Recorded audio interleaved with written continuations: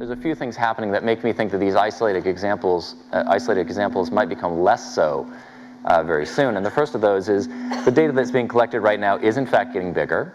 By way of scale, in the last 2 years, we've collected almost as much data as in the entirety of human history leading up to that. You guys describe this as the nervous system for the planet. What do you mean? Well, a lot of us think that all of us with our smartphones and our Google searches and all the things we're doing in the course of our day, that we're watching this sort of growth of a planetary brain. Imagine if you touched your finger to the stove, but you didn't know you'd burnt it for a week. Yeah. Now we have this real-time feedback loop that the human race has never had before.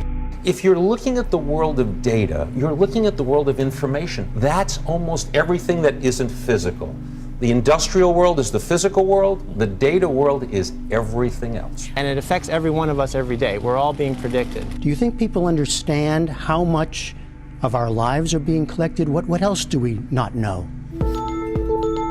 We're now collecting exabytes and petabytes of data, and we're looking through that data set using incredibly powerful algorithms to see what we would never see before. Every powerful tool has a dark side, every last one.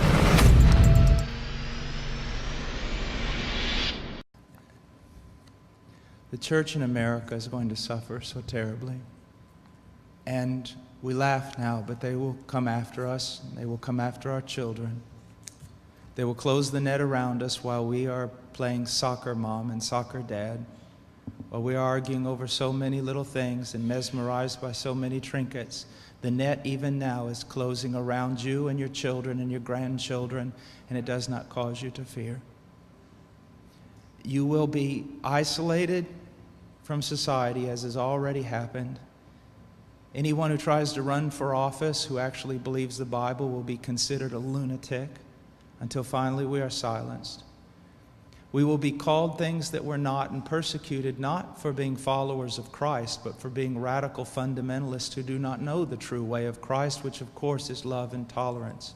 You'll go down as the greatest bigots and haters of mankind in history. They've already come after your children, and for most of you, they got them. They got them through the public schools and indoctrination, and the university and indoctrination, and then you wonder why your children come out not serving the Lord. It's because you fed them right into the devil's mouth.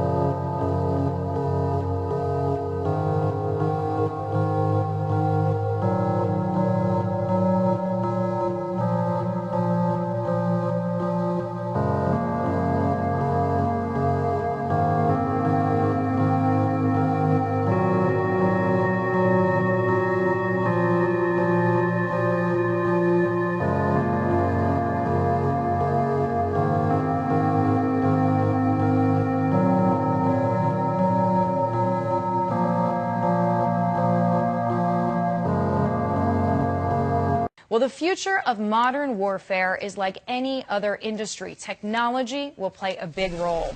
Last week, more than 1,000 researchers, including Elon Musk and Stephen Hawking, signed a letter to the UN asking for a ban on the development and use of autonomous weapons or killer robots.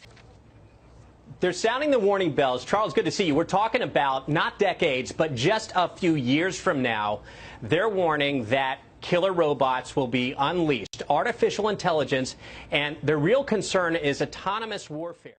Moving on to our top international story this hour, we are following some disturbing news out of the tech world, as this week the Confederation of British Industry, or CBI, issued a warning about the future of microchips in the workplace.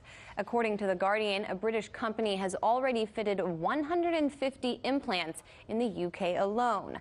Biotech's chips, according to its website, quote, store a range of encrypted personal data from bank account details and passwords to medical data or Bitcoin wallet details. The device is implanted between the thumb and forefinger, and depending on which kit you choose, costs between $90 and just over $330.